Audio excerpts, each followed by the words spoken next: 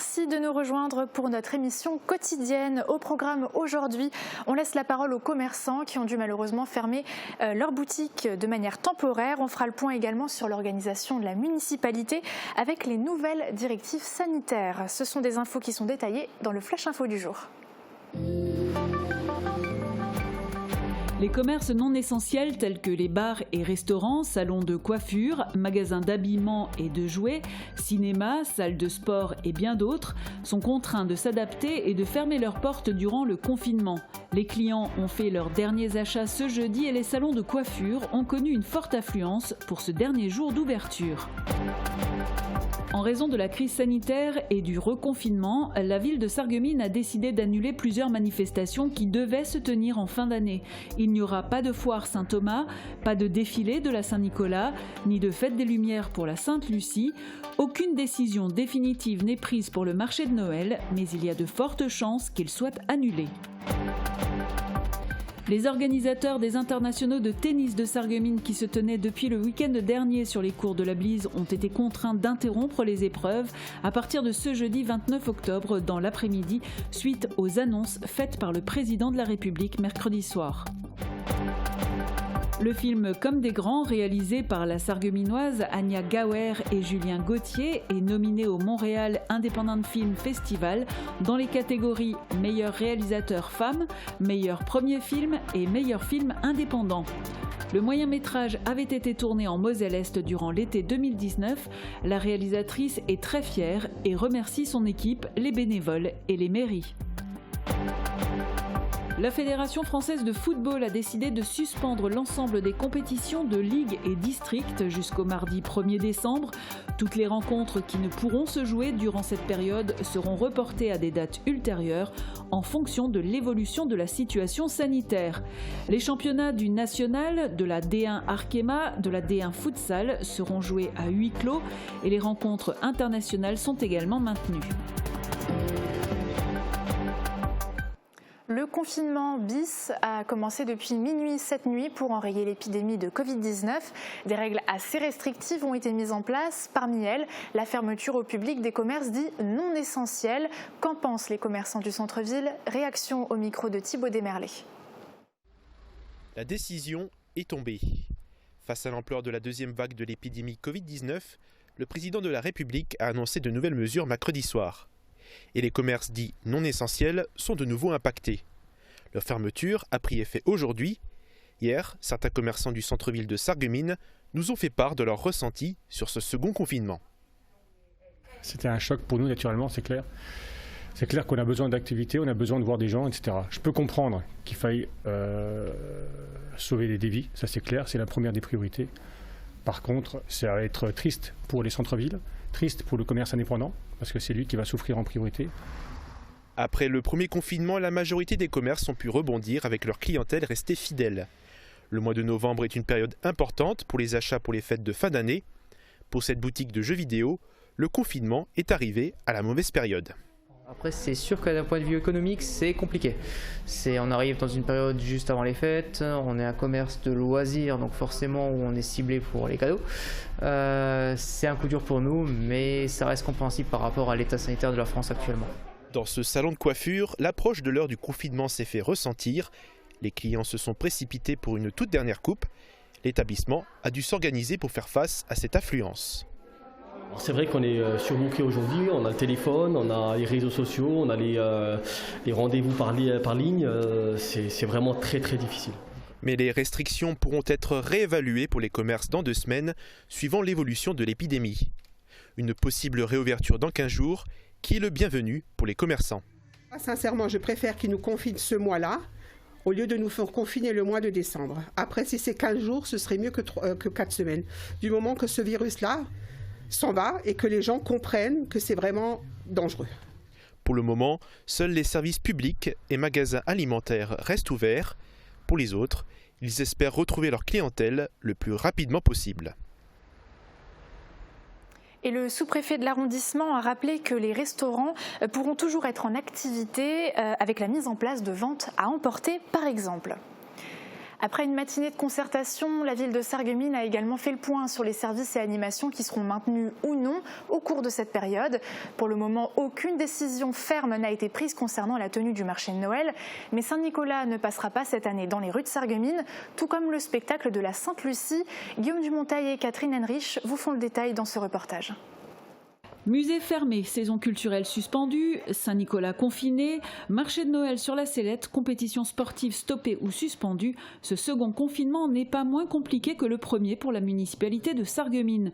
Tous les services de la mairie fonctionnent et le CCAS a été renforcé par les animateurs d'autres services, car la solidarité est au cœur des préoccupations.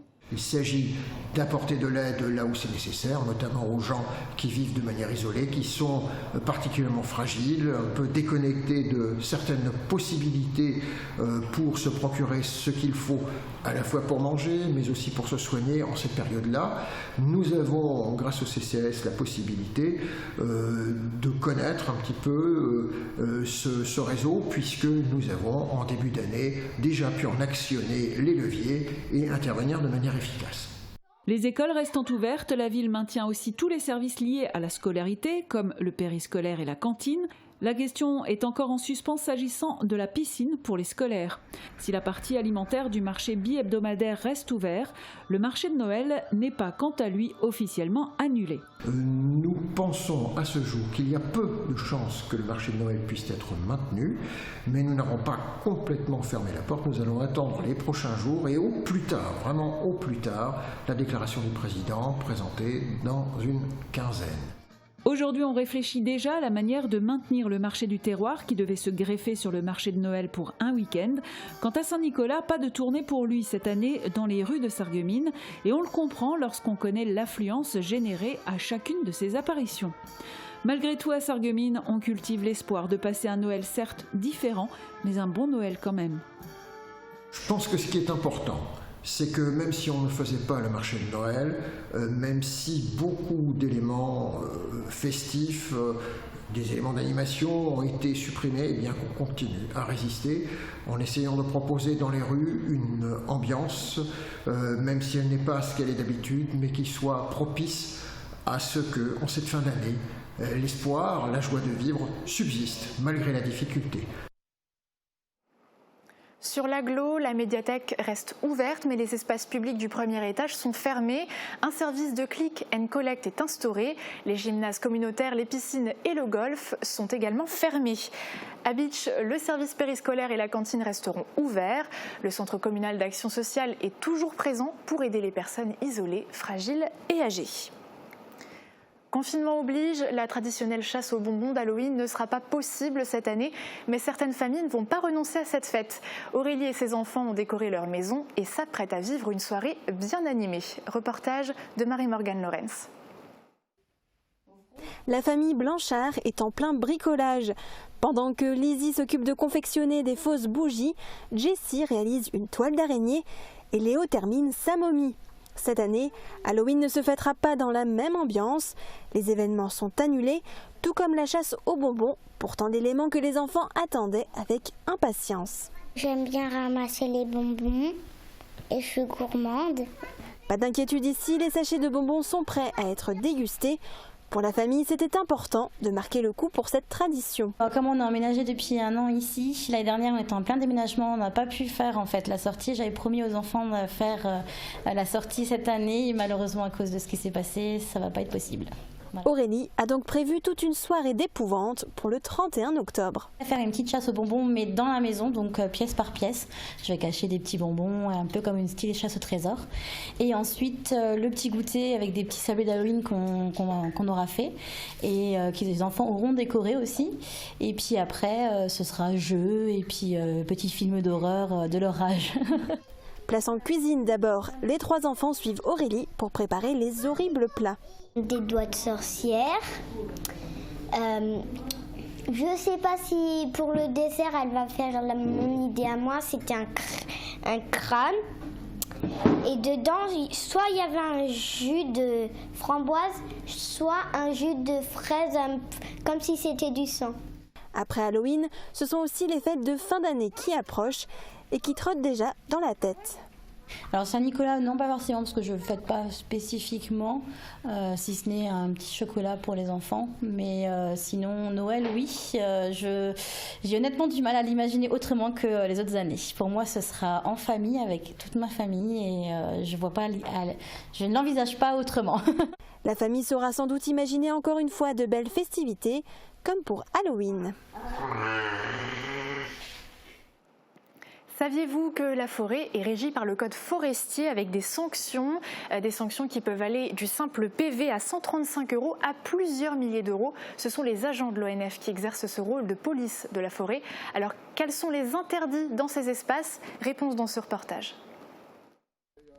Triste constat, encore une fois, sur le bord d'un chemin forestier, une décharge sauvage, un fléau de plus en plus fréquent et l'une des principales infractions constatées en forêt.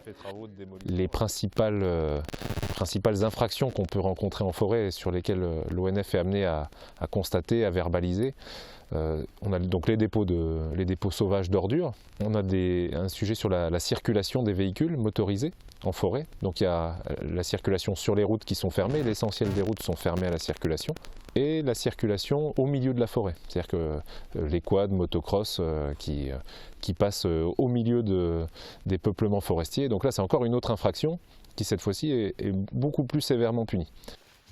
En milieu forestier, on rencontre toutes sortes de publics. Les bûcherons, les randonneurs, les vététistes, les cavaliers, joggeurs, cueilleurs ou chasseurs. Pour que tout se passe bien entre tout ce petit monde et que le milieu naturel ne souffre pas de leur présence, il y a quelques règles à respecter. Donc les principaux interdits dans les massifs forestiers, ici à Bitche, donc la circulation en véhicule à moteur sur les routes fermées à la circulation publique et en dehors des routes, de façon systématique. L'allumage de feu en forêt, les dépôts sauvages, le fait de laisser des déchets en forêt, l'interdiction d'accès sur les sites protégés, donc réserves naturelles et arrêtés de protection de biotopes, donc rochers et puis tourbières. On a beaucoup plus de droits que d'interdictions, hein. C'est-à-dire qu'on a le droit de se promener sur les sentiers, hors des sentiers et de profiter. Après, il y a des interdictions liées aussi à la cueillette, hein, d'être dans une cueillette qui reste d'un niveau consommation personnelle, hein. Donc pour les champignons, par exemple, c'est 5 litres par jour et par personne. Pour les publics à pied, les contraintes ne sont pas importantes. En revanche, à cheval ou à vélo, les règles diffèrent un peu. Il y a une tolérance de manière générale pour les véhicules non motorisés, donc cheval et vélo, à circuler sur les chemins. Donc après, par contre, on est dans des règles de cohabitation, quoi, hein. C'est-à-dire qu'il faut laisser la priorité à celui qui a le plus petit véhicule. Donc le piéton va être prioritaire sur le vélo. Un vélo qui croise un piéton, il met pied à terre, il le laisse passer, quoi. Donc les chemins, il n'y a pas de souci. Dans les zones très fréquentées, on n'en a pas beaucoup ici au Pays de Bitche, mais dans les zones très fréquentées, il y a une restriction qui est mise dans la convention qu'on a avec la Fédé de cyclisme en forêt domaniale, qui dit pas de vélo sur les sentiers de moins de 2,50 m. Et donc ça s'applique dans les zones où il y a vraiment beaucoup de monde.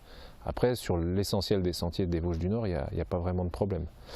Et par contre, quelque chose qui est strictement interdit, c'est d'aller à cheval ou en vélo au milieu des parcelles forestières. C'est-à-dire sortir des sentiers, à pied c'est autorisé, en cheval ou en vélo c'est strictement interdit. Au Pays de Bitche, l'ONF, avec le parc des Vosges du Nord, a également une mission de protection du patrimoine naturel. Certains espaces, comme des rochers et tourbières, sont complètement inaccessibles au public, quel qu'il soit. Panneaux et rubalises marquent ces zones. Respecter le milieu, suivre quelques règles de bonne conduite et chacun peut ainsi profiter de la forêt avec plaisir. On marque une petite pause, le temps de regarder les prévisions météo. À tout de suite. La météo vous est présentée par le Crédit Mutuel. Une banque qui appartient à ses clients, ça change tout.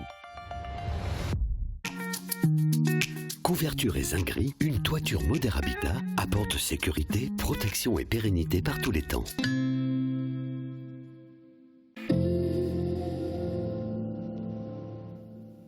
Bonjour tout le monde, les nuages se développent encore pour ce samedi.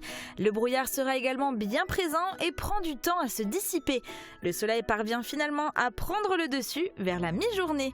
Côté température, ça remonte légèrement avec 10 à 12 degrés le matin et 16 à 17 degrés au plus chaud. Demain, pensez à souhaiter une bonne fête au Quentin et il fera jour de 7h18 à 17h11. Et surtout, n'oubliez pas, demain, c'est Halloween. Alors même si les enfants ne viendront pas sonner aux portes, certains ont quand même pris le temps de décorer leur maison, comme ici à Roulin, avec cette décoration aussi originale que terrifiante. Un grand bravo! Passez tous encore une très belle journée et à demain! Merci d'avoir suivi la météo avec le Crédit Mutuel. Une banque qui appartient à ses clients, ça change tout.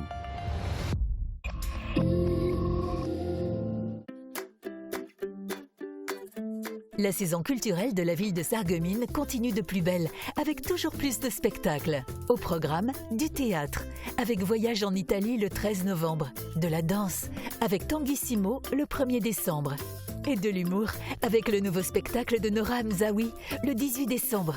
Tout un programme à découvrir sur www.sarreguemines.fr. Abonnement et billetterie individuelle en ligne, par courrier ou à l'office de tourisme. Fleur Crêpes à Rohrbach-les-Beach, c'est l'excellence pour vos fleurs. Sous nos serres, découvrez un large choix de fleurs et plantes pour la décoration de vos jardins, balcons et balconnières. Nos chrysanthèmes vous attendent pour passer une belle Toussaint. Choisissez le meilleur pour vos fleurs, choisissez Fleur Crêpes.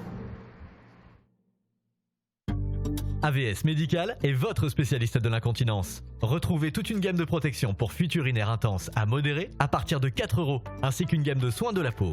Nous vous conseillons en magasin ou à domicile et proposons des échantillons et une livraison gratuite. En plus, jusqu'au 31 octobre, pour un carton de produits d'incontinence Molicare acheté, un sachet de lingettes imprégnées offert.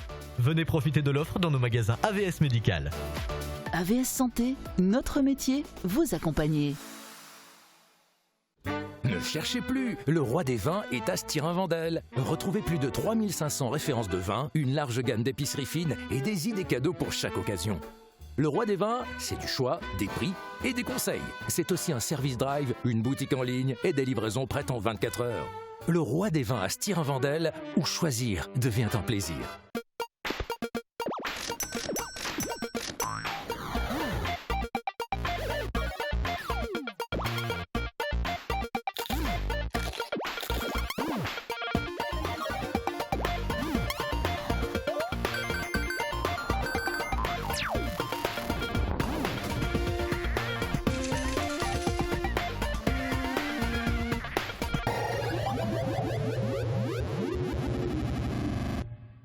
Contre la Covid-19, mais aussi la grippe et les virus de l'hiver, il y a les gestes barrières. Lavons-nous les mains régulièrement. Toussons ou éternuons dans notre coude. Utilisons un mouchoir à usage unique. Respectons la distanciation physique. Portons un masque dès que c'est recommandé. Ensemble, continuons d'appliquer les gestes barrières. Les Vosges comptent plus de 200 microcentrales hydroélectriques, mais comment les favoriser? Parce que la réglementation sur la préservation des milieux aquatiques peut parfois s'opposer à cette production d'énergie verte. C'est pourquoi un sénateur vosgien va déposer une proposition de loi pour favoriser ces projets. Exemple sur le site de l'ancienne tréfilerie de la Vosges-les-Bains, où une coopérative citoyenne veut remettre en route les turbines. La petite rivière longe paisiblement une friche industrielle, une ancienne tréfilerie sur la commune rurale de la Vosges-les-Bains. C'est ici qu'une société coopérative d'intérêt collectif, une SIC d'initiative citoyenne dénommée Bain d'énergie et forte d'une centaine de membres, a décidé de faire de ce site un lieu de production d'énergie renouvelable en préservant le patrimoine, avec notamment l'installation d'une microcentrale hydroélectrique. On est le long du Bagnereau, donc c'est une rivière qui longe tout le site de la tréfilerie et du moulin au bois. Et en fait, sur la totalité de la hauteur, on peut faire vraiment beaucoup d'énergie hydraulique, donc de l'énergie verte, de l'énergie propre. Et il y a un potentiel total d'environ 200 kW. En fait, c'est un projet double, puisqu'en faisant le canal d'amener de l'eau, on pourra faire aussi un sentier à mobilité verte qui relie le centre de Bains-les-Bains jusqu'au canal de l'Est. Des parlementaires vosgiens ont découvert avec intérêt ce projet samedi dernier, dont le sénateur Daniel Grémillet Verrier, qui s'apprête justement à déposer une proposition de loi pour favoriser la production d'hydroélectricité et la création de microcentrales. Les Vosges en comptent plus de 200. Le département est en tête pour ce type d'installation. Nous avons des capacités de production d'hydroélectricité dans notre département qui peuvent être très intéressantes sur des projets qui sont sur les territoires, qui nous permettraient de produire localement de l'énergie, qui nous permettraient d'avoir aussi une situation de ressources financières pour les communes. Mais ce projet est freiné par des directives de l'Office national de l'eau qui préconisent de supprimer d'anciens barrages qui nuiraient à la continuité aquatique, au transport des sédiments et à la circulation des espèces, comme cet ouvrage du début du XXe siècle. Et à la sortie du travail, les employés de la tréfilerie chopaient les truites quand elles remontaient le barrage. Et aujourd'hui, cet ouvrage est considéré comme infranchissable. Il faut croire que les poissons sont devenus cons. On ne peut pas d'un côté dire on veut accroître la production d'hydroélectricité et de l'autre ne pas avoir un système législatif qui permette effectivement de le réaliser. Pour le sénateur vosgien, il faut revoir la loi et miser au contraire sur l'hydraulique qui représente 13% de la production électrique en France. C'est la première énergie renouvelable devant l'éolien et le solaire. Ce petit cours d'eau recèle sans le savoir une force insoupçonnable. On continue avec un récap de l'actualité de la semaine. On revient pour vous en images sur les grandes infos de Moselle-Est.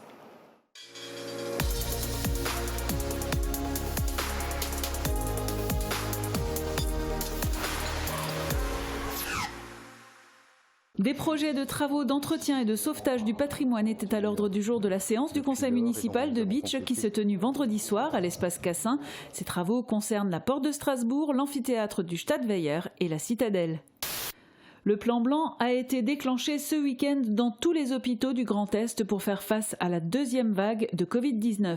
Il s'agit d'un dispositif qui prévoit un certain nombre de mesures spécifiques permettant à un établissement de santé de mobiliser les moyens de toute nature dont il dispose en cas d'afflux de patients pour faire face à une situation exceptionnelle.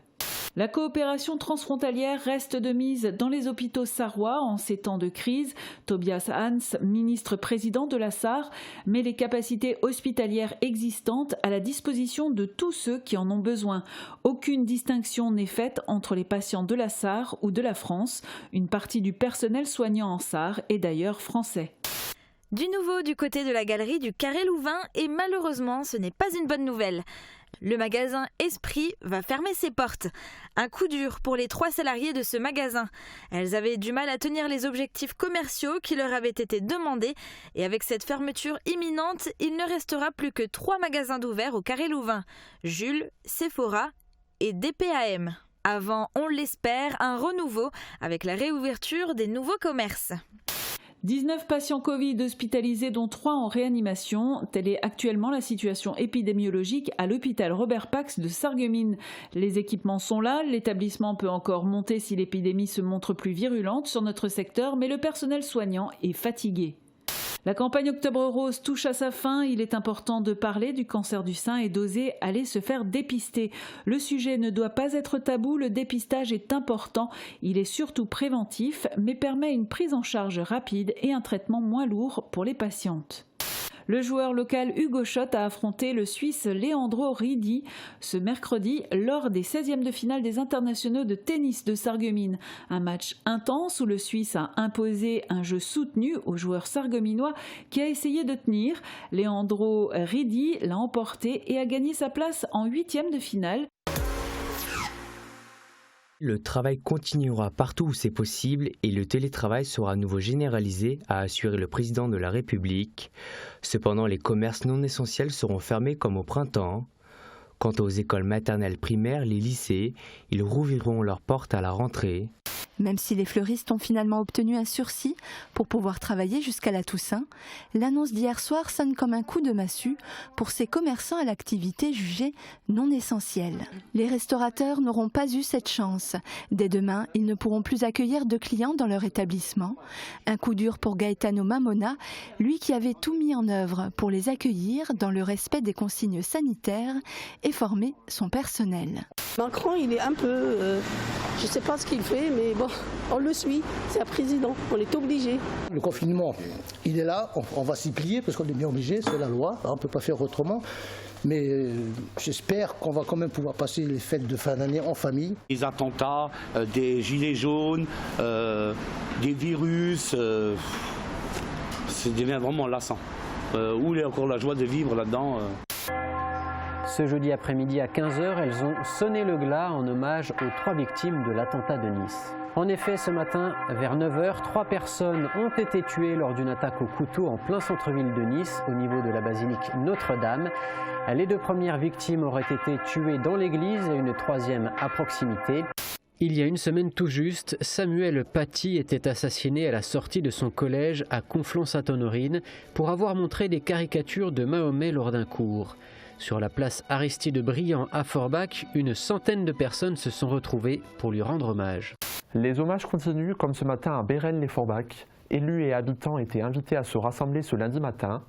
Comme tous les Français, ils sont émus par ce qui est arrivé à ce professeur d'histoire. L'heure était au recueillement.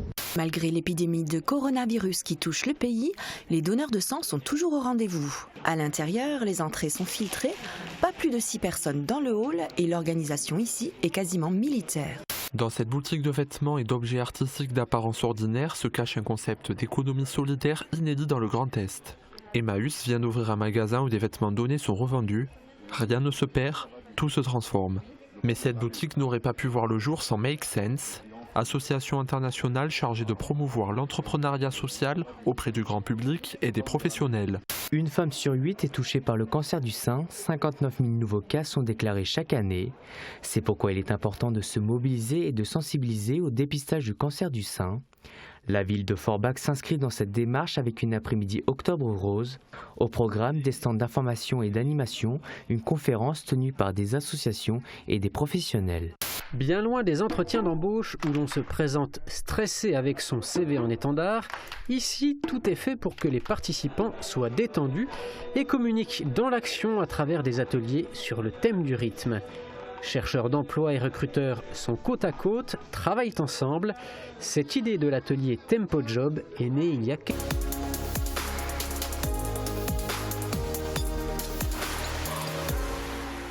Quels reportages ont fait le buzz ce mois-ci? Ceux que vous avez vus et revus et également commentés sur Facebook.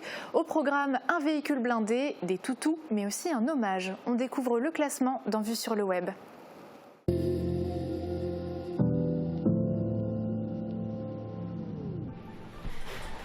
Salut à tous, je suis ravie de vous retrouver comme chaque fin du mois pour analyser ensemble les reportages qui cumulent le plus de vues sur notre page Facebook. À la 5e place, ce sont les bénévoles de Sturzelbronn qui sont mis à l'honneur. Ils ont participé il y a quelques jours au débroussaillage de la zone humide du Mullenbach. La majorité de nos internautes qui ont vu ce reportage viennent du Grand Est, mais il a aussi été largement partagé en Bretagne, Aquitaine, Rhône-Alpes et aussi en Belgique. Numéro 4, c'est notre nouvelle star locale, Lisandro. Il avait participé à la finale de The Voice Kids et on l'avait suivi juste avant son départ pour Paris. Et malgré tout le soutien de nos internautes, il n'a malheureusement pas remporté le concours. Peach et Pep sont aussi devenus des stars. Les 2 chiens ont participé à leur première transhumance à Beach. Le sujet a évidemment beaucoup intéressé nos internautes qui les ont trouvés trop choux. C'est un gros bateau qui se positionne sur la 2e marche du podium, le Potome. Depuis la mise à l'eau de la première maison flottante en 2017, on a suivi l'évolution de la société et on a justement refait le point avec elle il y a quelques semaines et ça vous a beaucoup intéressé puisque le sujet cumule plus de 200 000 vues. Et c'est un autre véhicule qui a atteint la première place du classement, le véhicule blindé du 16e bataillon de chasseurs à pied. C'est Yannick qui a pu entrer à l'intérieur et qui a affronté la boue, comme vous pouvez le voir sur ces images. Et ce n'est pas dans notre région où il a été visionné le plus de fois, mais à Abidjan, où il cumule plus de 100 000 vues, puis au Burkina Faso, dans l'Île-de-France et à Bamako. La Lorraine, quant à elle, se positionne à la 8e place. Et pour finir, c'est une vidéo qui nous tenait beaucoup à cœur et qui a été également énormément partagée. C'est l'hommage à notre ami et collègue Jean. Au nom de toute l'équipe, je vous remercie chaleureusement pour tous les messages que vous nous avez laissés. Ils ont tous été transmis à sa famille. De mon côté, c'est le moment de vous laisser. Je vous retrouve la semaine prochaine pour une nouvelle chronique. Et l'info continue sur Mosaïque Cristal. Retrouvez nos reportages sur Facebook ou rendez-vous sur notre site internet. Une info à partager, n'hésitez pas à nous contacter sur nos réseaux sociaux, par mail ou par téléphone.